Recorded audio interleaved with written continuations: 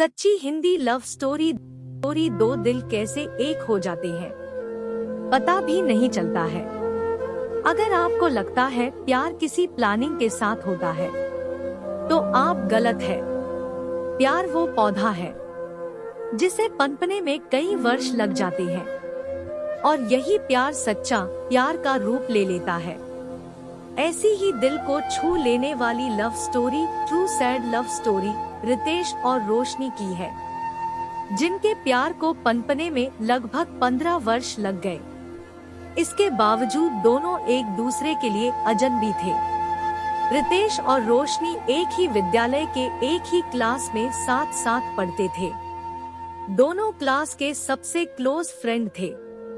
रितेश और रोशनी स्कूल के दिनों में एक दूसरे के हेल्प के लिए जान देने को तैयार थे।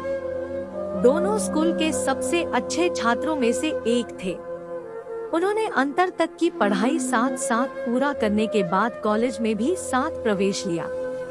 दोनों में बहुत गहरी दोस्ती हो गई थी। कॉलेज में भी दोस्त की तरह एक दूसरे के साथ रहते थे। ऐसे में दोनों साथ साथ होते हुए भी अच्छी पढ़ाई की। क्लास में हमेशा प्रथम स्थान हासिल करते थे, परंतु इनकी दोस्ती ने कभी इनकी पढ़ाई में बाधा बनने का प्रयास नहीं किया।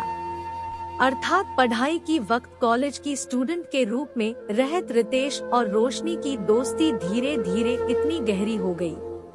अगर किसी दिन रोशनी कॉलेज नहीं आती तो रितेश बेचैन हो उठता, और अगर किसी दिन रितेश कॉलेज नहीं आता तो रोशनी पूरे दिन खोई खोई रहती थी। दोनों की दोस्ती के गहरे रंग देखकर कॉलेज के स्टूडेंट ईर्ष्या करने लगे। कई बार उन लोगों ने मिलकर इनकी दोस्ती में आग लगाने की कोशिश की, फिर भी सफलता हाथ ना लगी। और सफलता कैसे हाथ लगती, इन दोनों की दोस्ती तो विश्वास और संस्कार से बुनी हुई डोर से भी थी। दोनों में अटूट विश्वास था। धीरे धीरे कॉलेज के दिन भी कब गुजर गए दोनों को पता नहीं चला। आज कॉलेज में रिजल्ट आने वाला था। सभी उत्सुकता से अपने अपने रिजल्ट को जानने के लिए कॉलेज में जमा हो गए थे। ऐसे में रोशनी और रितेश भी अपनी रिजल्ट के इंतजार में एक कोने में बैठे हुए थे। ठीक 12 बजे परिणाम जारी हुआ और रोशनी और रितेश संयुक्त रूप से कॉलेज में प्रथम स्थान प्राप्त किए। दोनों के चेहरे पर मुस्कान थी। दोनों खुश नजर आ रहे थे। इतने में रितेश ने भीगी आंखों से कहा, अब तो हमारी कॉलेज की पढ़ाई पूरी हो गई, अब हम फिर कब मिलेंगे। इस पर रोशनी ने कहा, देखो जिंदगी कहाँ लेकर जाती है, अब घर वालों के इच्छा पर निर्भर है। इसके बाद रोशनी और रितेश अपने अपने घर आए। कुछ दिन बीते, रोशनी कंपटीशन की तैयारी के लिए जयपुर चली गई, रितेश भी कोटा चला गया।